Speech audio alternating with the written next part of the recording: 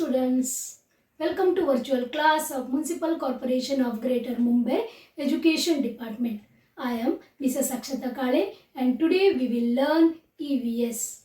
Come on students, let us begin our lesson. Of Standard 4 and the topic name is Water Safe for Drinking. Yes students, drinking water must be safe for our health. Pure water has no taste, no smell or no color. If water has a color or a foul smell, one must avoid drinking it. It can make us ill, isn't it?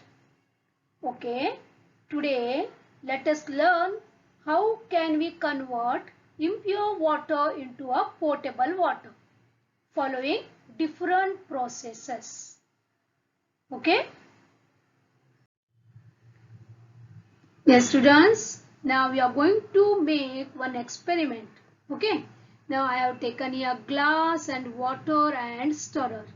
Now I have put 1 spoonful of sugar in that and I am stirring that continuously. See, within some time sugar disappears in the water. Means sugar dissolve in the water. Yes, if I tasted the water, this is a sweet water, isn't it? Okay, like that only we will take different substances. Now I will take then sawdust. Sawdust means wooden powder. You can see over there. And then a spoonful of salt. Then turmeric powder means haldi. Then oil, alum, and then I will take sand, then washing soda. Okay dear students, I have taken so many substances here. I will put one by one in the water separately. Okay, here you know that sugar dissolves in the water, isn't it? I will keep that aside. Then I will take sawdust and I will put in the water. I will stir it. No, sawdust remained as it is. It is floating. So it does not dissolve in the water. Now third, I will put salt in the water. Yes, salt disappeared. Means it dissolved in the water. Correct? Then turmeric powder. It gives color to the water, but it will not dissolve in the water. Means some of the substance that gives color to the water, but turmeric powder remains as it is. It settles down in the glass. Okay, the next thing is oil. Oil floats on the water. It does not mix with the water. Then comes alum. Yes, alum dissolves in the water and it disappears in the water. Then comes washing soda.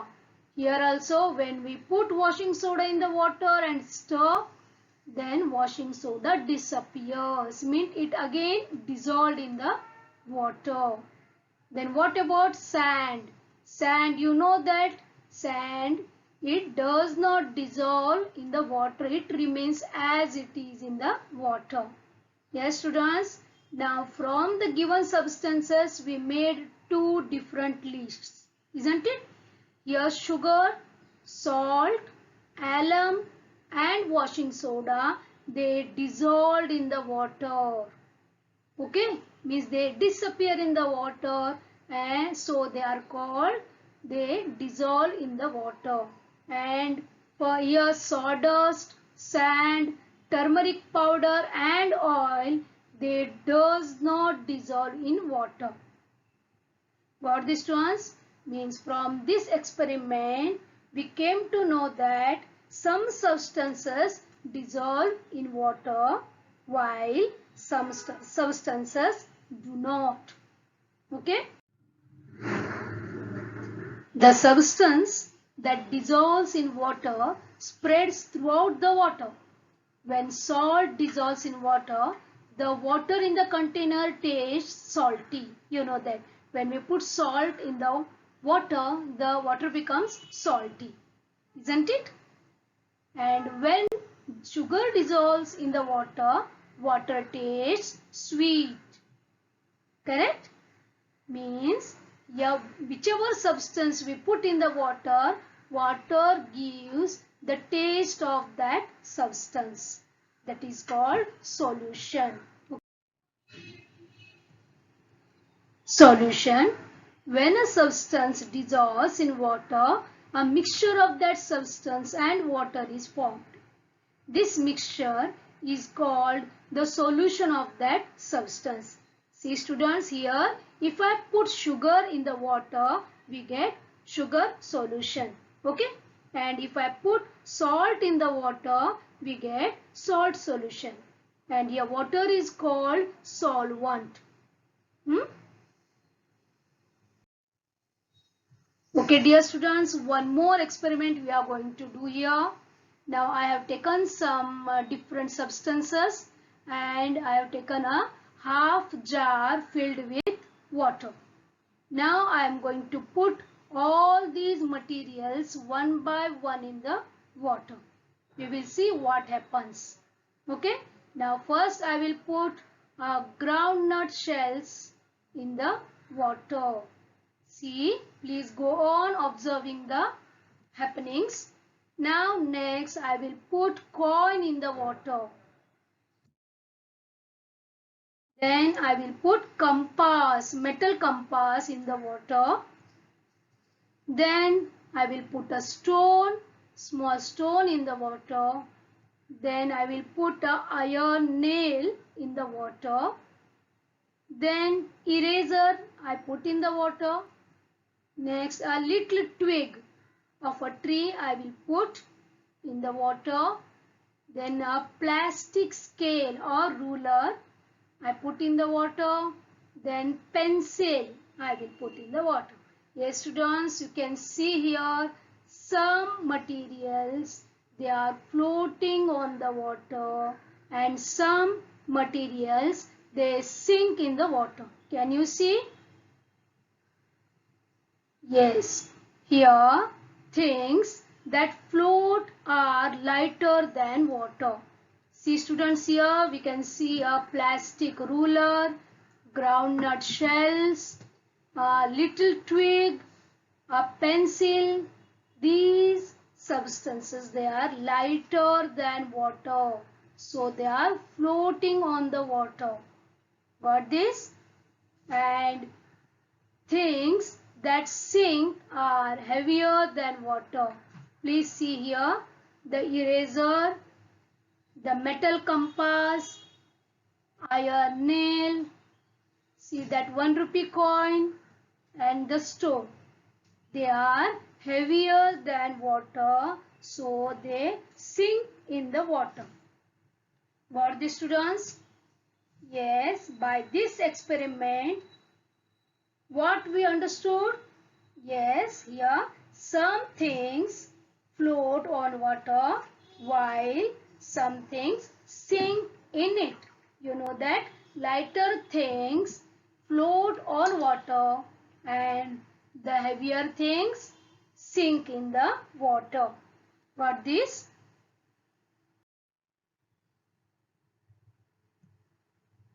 Okay, now we will see what happens in different stages.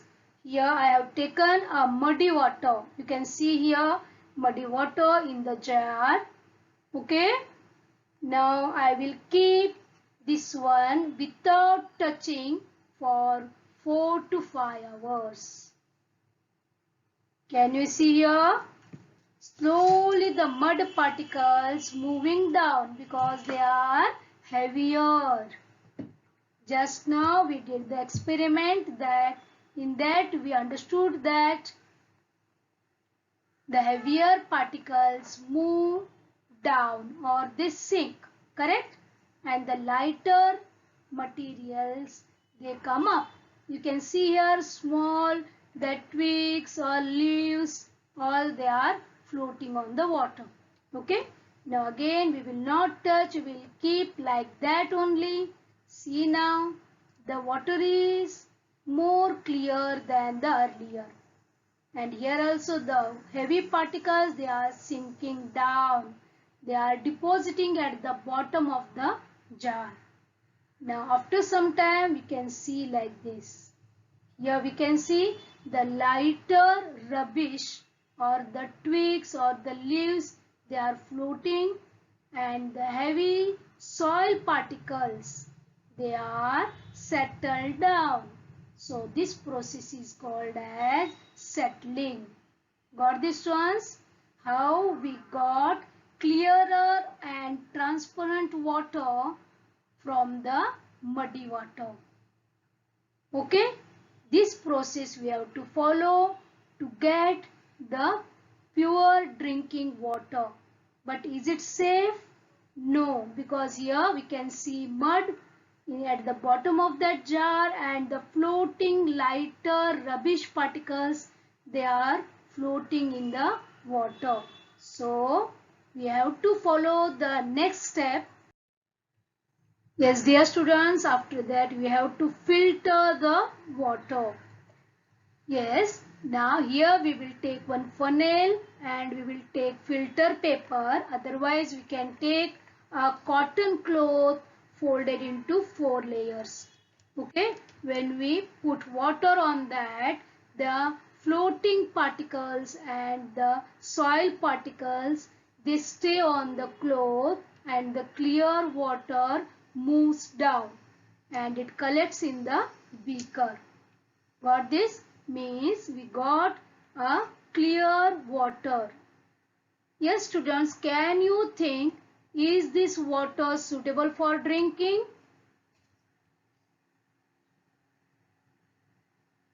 No, this is not suitable for drinking.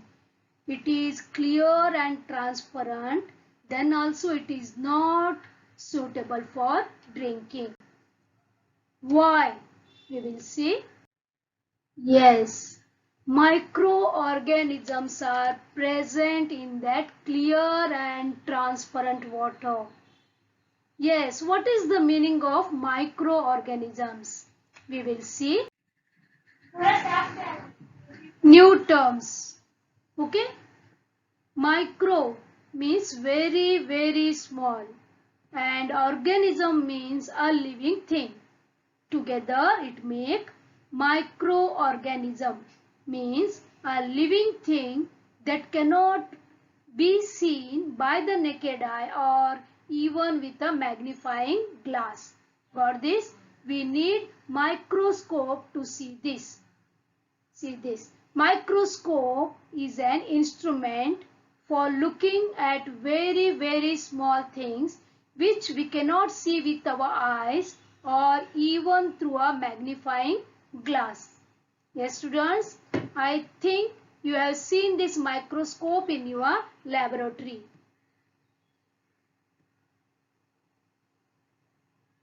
This is a microscope. Got this, students? By this we can see the microorganisms present in our surroundings or in any substance. There are numerous kinds of microorganisms around us. They are in the soil, in water, in air, on rocks, that is anywhere and everywhere. Yes, dear students, some microorganisms are useful to us and some are very harmful to us. For that, useful microorganisms, here some examples I will give. Number 1, we use a good or useful microorganisms to convert milk into yogurt, and we use useful microorganisms in the preparation of idli dosa batter, that is it helps in fermentation, and also in the preparation of bread we use microorganisms. Okay, and some microorganisms are very harmful, and when they enter our body they cause diseases. The good example is COVID-19 virus. Correct? This, when it enters our body, it causes the disease, corona disease. Correct? Yes, dear students, like that only, even if the harmful microorganisms are present in water, we are not be able to see them. Now, though the water with such microorganisms look transparent, would it be safe for drinking? No, right? Then what shall we do? Yes, here is one best method, that is boiling. Boiling the water kills the microorganisms in it and prevents diseases. This is easiest and best method to get the pure water, to make it free from microorganisms. We have to boil the water at least for 20 minutes. Okay? When it cools down, again we have to do the filtration. See here students, this is filtration, you know. Here that boiled and cooled water is passed through the filter paper or the cotton cloth. Then the clear, transparent and the pure water is collected in the beaker. Now can you tell me, is this water suitable for drinking? Yes, you are right. It is suitable for drinking. This is called potable water. Yes, this is potable water. Yes, potable water. Potable water means water safe for drinking. Okay. Water that does not endanger our health in any way when we drink it is called safe drinking water or potable water. Got this students? How we have converted the muddy water into a safe potable water. Got this? Always remember, even such tiny living things like microorganisms which our eyes cannot see have great importance in our lives. Thank you very much for being a part of this lesson. Please subscribe to our channel and press bell icon to get new updated videos.